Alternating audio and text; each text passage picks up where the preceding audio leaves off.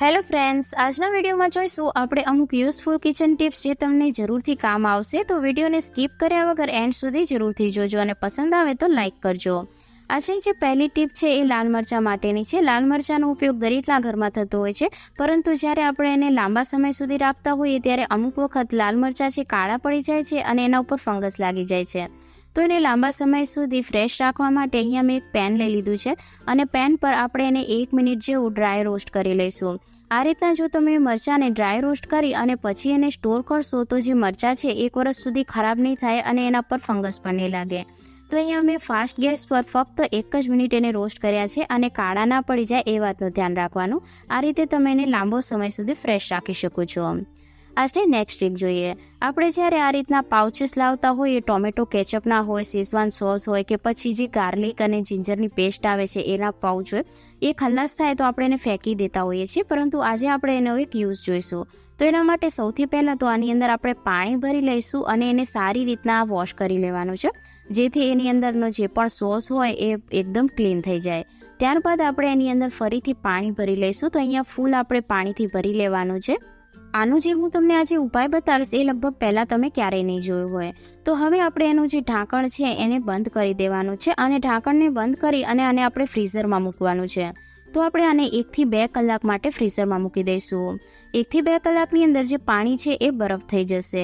તો 1 થી 2 કલાક બાદ આપણે ફ્રીઝરની અંદરથી આને કાઢી લઈશું. ઘણી વખત કેવું થાય કે આપણને ક્યાંય સોજો આવી ગયો હોય અથવા ક્યાંય પણ વસ્તુ કંઈ લાગી હોય તો આપણી પાસે જો આઈસ પેક ના હોય તો આનો ઉપયોગ તમે આઈસ પેક તરીકે કરી શકો છો. હવે જોઈએ નેક્સ્ટ ટ્રીક. ઘણી વખત આપણે માર્કેટમાંથી કોઈ સબ્જી લાવતા હોઈએ અથવા કોઈ પણ સામાન લાવતા હોઈએ તો જો આ રીતના પોલિથીનની અંદર જોરથી ગાંઠ લગાવાઈ જાય તો એને ખોલવામાં આપણને ખૂબ જ મુશ્કેલી પડતી હોય છે. તો આજે એને આપણે ખોલવા માટેની ઇઝી ટ્રીક જોઈશું. તો આ જે 2 છેડા છે એમાંથી કોઈ પણ એક છેડાને આપણે આ રીતના આંટી લગાવતા રહીશું.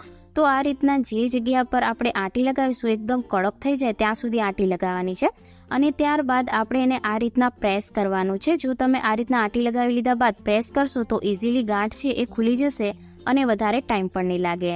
તો આ ટ્રીક તમને કેવી લાગી કોમેન્ટ સેક્શનની અંદર મને જરૂરથી જણાવજો. હવે જોઈએ આપણે નેક્સ્ટ ટ્રીક. ઘરની અંદર આપણે જ્યારે મલાઈની અંદરથી ઘી બનાવતા હોઈએ ત્યારે જે એની કડાઈ છે એના નીચે આ રીતના કીટું છે એ ચોંટી જતું હોય છે અને એને ક્લીન કરવામાં આપણને ઘણો બધો સમય લાગી જતો હોય છે. તો આજે આપણે એને એકદમ ઇઝી રીતના ક્લીન કરવા માટેની ટ્રીક જોઈશું. તો એના માટે સૌથી પહેલાં કડાઈ પર મેં ગેસ પર મૂકી દીધી છે અને એની અંદર આપણે પાણી લઈ લઈશું. તો અહીંયા 2 થી 3 ગ્લાસ જેટલું આપણે પાણી લઈશું. અહીંયા મેં ગેસ છે એને ચાલુ કરી દીધો છે અને ત્યારબાદ આપણે એની અંદર 1 ચમચી જેટલો ડિટર્જન્ટ પાવડર ઉમેરીશું. તો તમે કપડાં ધોવા માટે જે પણ પાવડરનો યુઝ કરતા હોય એને ઉમેરી શકો છો. તો આ રીતના મેં 1 ચમચી જેટલો પાવડર ઉમેરી દીધો છે અને ત્યારબાદ આપણે જે જમવામાં નમકનો યુઝ કરતા હોઈએ છીએ એ ઉમેરવાનું છે. તો 1 ચમચી જેટલું આપણે અહીંયા નમક ઉમેરી દઈશું. હવે આપણે એને ફૂલ ગેસ પર ઉકળવા દેવાનું છે. તો અહીંયા એને ઉકળતા 5 થી 7 મિનિટ જેવું લાગશે. તો આ રીતના ઉકળશે તો એની સાઈડ પરથી પણ જેટલી ચીકાશ અને જેટલી ગંદકી હશે એ એકદમ ઇઝીલી ક્લીન થઈ જશે.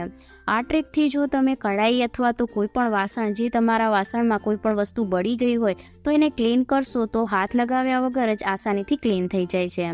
તો આ રીતના તમે પછી કોઈ પણ ચમચાથી એને ચલાવી શકો છો જેથી નીચેની જેટલી પણ ગંદકી હોય એ નીકળી જાય. તો હવે આપણે અહીંયા ગેસને બંધ કરી દઈશું અને આ જે પાણી છે એને આપણે સિંકની અંદર રેડી દઈશું. ત્યારબાદ આપણે એને ચોખ્ખા પાણીથી ક્લીન કરવાનું છે. તો હવે આપણે આની અંદર ચોખ્ખું પાણી લઈ લઈશું. તો તમે અહીંયા જોઈ શકો છો કે એની અંદર જેટલી પણ ચીકણાહટ હતી એકદમ આસાનીથી ક્લીન થઈ ગઈ છે અને આપણે હાથ લગાવવાની પણ જરૂર નથી પડી. હવે આપણે જોઈએ નેક્સ્ટ ટ્રીક. ઘણી વખત આપણે સોયની અંદર દોરો પરાવવામાં ખૂબ જ મુશ્કેલી લાગતી હોય છે. ક્યારેક આપણે એકદમ ઝીણી સોયની જરૂર હોય જેની આપણે ઝીણી સિલાઈ લેવી હોય તો ઝીણી સોયની અંદર દોરો પરાવવામાં ખૂબ જ વધારે ટાઈમ લાગે છે. ખાસ કરીને જે લોકોને ચશ્મા હોય, નંબર હોય એ લોકોને વધારે પ્રોબ્લેમ થતી હોય છે. તો આજે એના માટે આપણે એક સરળ ટ્રીક જોઈશું જેનાથી ઇઝીલી આપણે નાનીથી નાની સોયની અંદર દોરો પરોવી શકીએ. તો એના માટે મેં અહીંયા એક સાવરણી લઈ લીધી છે અને સાવરણીનો આપણે એક બાલ છે આ રીતના તોડી લેવાનો છે. સાવરણીના જે બાલ હોય એકદમ ઝીણા હોય છે અને એકદમ રફ હોય છે. ખાસ કરીને જે લોકો સિલાઈ કામ કરતા હશે એ લોકોને આ ટીપ છે એ જરૂરથી કામ લાગશે.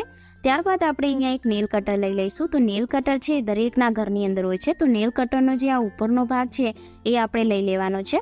ત્યારબાદ જે સાવરણીનો આ રીતનો ભાગ છે એને આપણે વચ્ચેથી યુ શેપમાં વાળી લઈશું અને આની ઉપર આ રીતના લગાવી દેવાનો છે.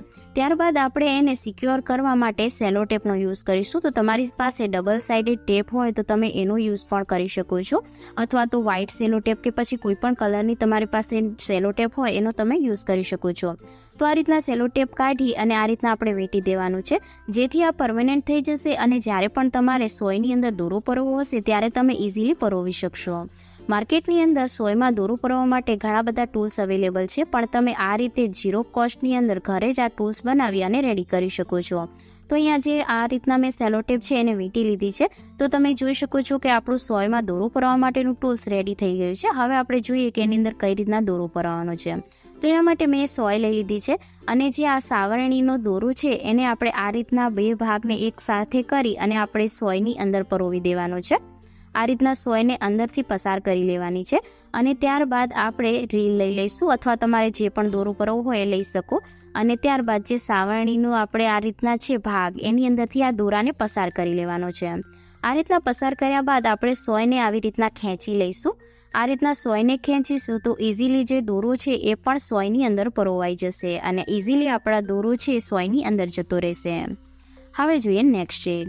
આપણા દરેકના ઘરની અંદર કપડાં સૂકવવા માટે આ રીતની ક્લિપો હોય છે અને આ રીતની જે ક્લિપો છે વારંવાર ખોવાઈ જતી હોય છે. તો એને ઓર્ગેનાઇઝ કરીને રાખવા માટે તમે આ રીતની જે રિંગ આવે એનો યુઝ કરી શકો છો. કુકરની જે રિંગ હોય છે ઘણી વખત ખરાબ થઈ ગઈ હોય તો આપણે એને ફેંકી દેતા હોઈએ છીએ, પણ એનો ઉપયોગ તમે આને ઓર્ગેનાઇઝ કરીને રાખવા માટે કરી શકો છો. હવે જોઈએ આજની લાસ્ટ રીલ. આપણા દરેકના ઘરની અંદર આ રીતની બોટલ હોય છે જેને આપણે વેસ્ટ સમજીને ફેંકી દેતા હોઈએ છીએ, પણ આજે હું તમારી સાથે એનો એક યુઝ બતાવીશ. જ્યારે આપણી પાસે આ રીતની 2 લીટરની બોટલ હોય જે મોટી હોય ખૂબ જ, તો એને આપણે યુઝ કરી શકીએ છીએ.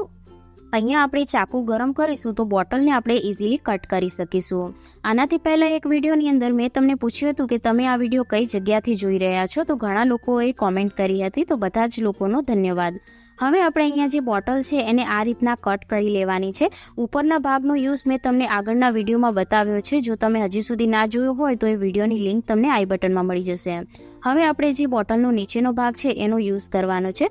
તો આ રીતના આપણે સૌથી પહેલાં તો એને કટ કરી લેવાની છે. જો આજના વિડીયોમાંથી તમને કઈ ટિપ્સ પસંદ આવી એ તમે મને કોમેન્ટમાં જરૂરથી જણાવજો. આને તમે ડાયરેક્ટ જ યુઝ કરી શકો છો, અથવા તો જો તમારે પેન્ટ કરવી હોય તો તમે આ જે સ્ટીકર છે એને કાઢી અને એને પેન્ટ પણ કરી શકો છો.